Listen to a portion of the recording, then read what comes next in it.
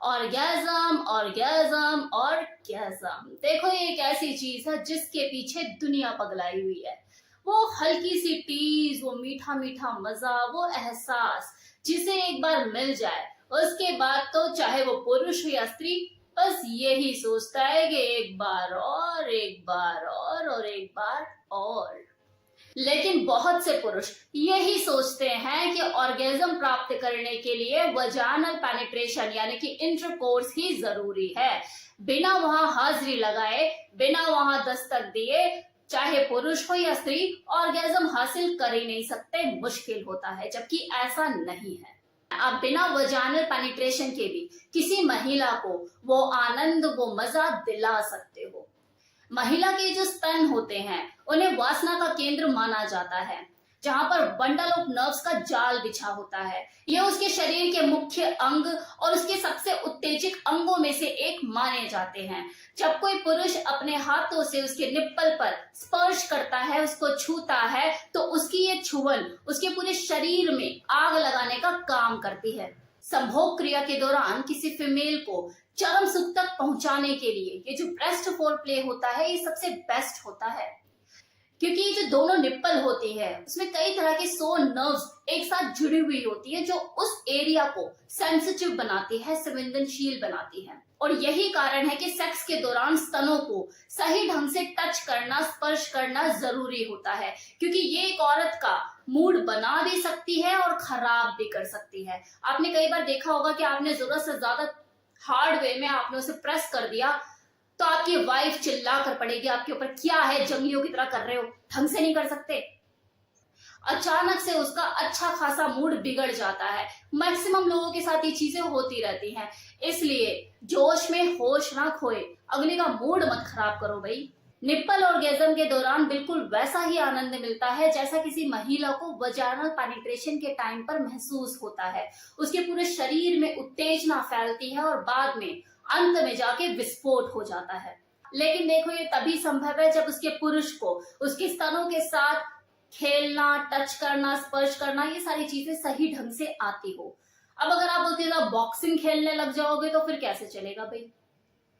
तो जैसे कोई खाना धीमी धीमी आंच में बेहतर ढंग से बनता है, सेम इसी तरह से आपको अपने पार्टनर को अगर ऑर्गेजम फील कराना है तो धीरे धीरे ही पूरे प्रोसेस में आगे बढ़ना होगा।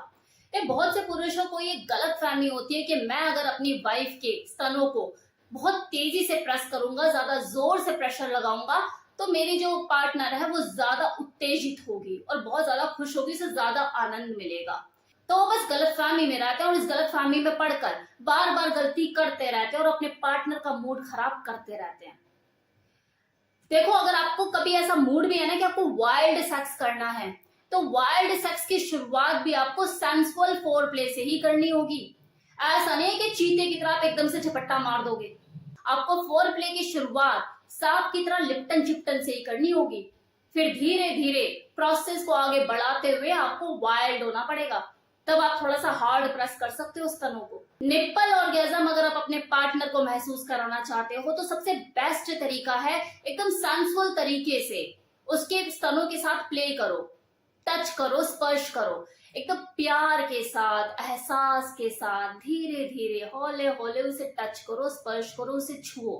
उन दोनों को देखो आप अपना बच्चा ही समझो, और बच्चों के साथ हमेशा वाइल्ड नहीं हुआ जाता, प्यार प्यार से ही खेला जाता है, मस्ती की जाती है। अब जैसे ही आपके छूने से उसके निप्पल हार्ड हो जाएं, फिर उसे आप मुंह में लो, सक करो, टंग प्ले करो, A to Z लिख डालो या फिर अपना नाम लिख डालो यार, आजू बाजू हर जगह निप्पल के एरिया पे घुमाओ, टंग से प्ले करो, सकिंग करो, किस करो। और हाँ, अगर वो उत्तेजित होना शुरू हो गई है, उसको ऐसी फीलिंग आ रही है, तो एकदम से उसको बाइट करके अपने आप को योद्धा साबित मत करो। और अगर मन है आपका, आप उत्तेजना फील कर रहे हो, आपका मन है बाइट करने का, तो उससे परमिशन लो। बिना परमिशन के आप उसे बाइट मत करो। सबसे जरूरी बात, अपने दोनों बच्चों में आप कोई भेदभाव तो नहीं करते ना कि एक को ज्यादा दिया, एक को कम दिया, दोनों को बराबर ही प्यार करते हो ना।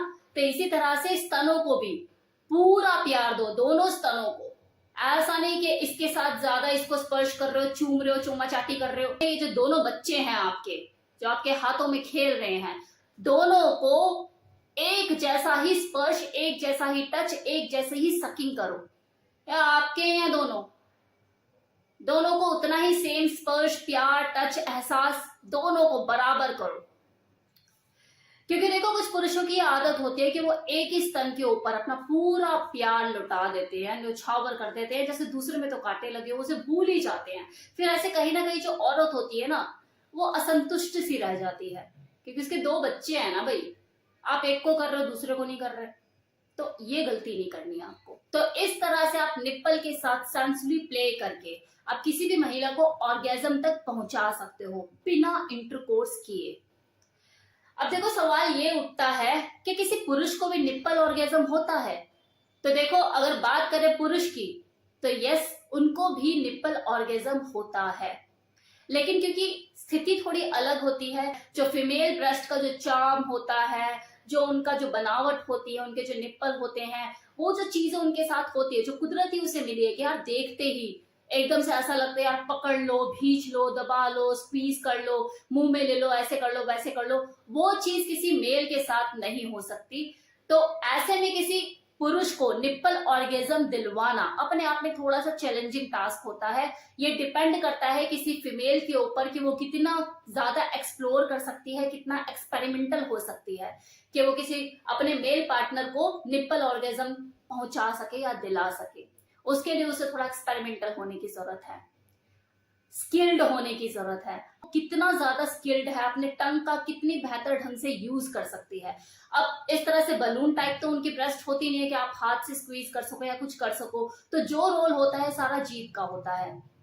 तो इसमें डिपेंड करता है कि जो फीमेल है वो कितनी एक्सपेरिमेंटल है, किस तरीके से वो एक्सप्लोर करती है चीजों को, क्या क्या चीजें नई नई ट्राई करती है, ये उसी के ऊपर डिपेंड करता है। और देखो कोई ज्यादा मुश्किल नहीं है, अगर कोई फीमेल एक्सपेरिमेंटल है, माइंड रखती है, जानती है करना, स्किल्ड है, तो उसके लिए मुश्किल नहीं है। तो ये था मेरी तरफ से कंप्लीट इंफॉर्मेशन निप्पल ऑर्गेजम के बारे में। तो कैसा लगा वीडियो बताना मत भूलिएगा। Thank you so much.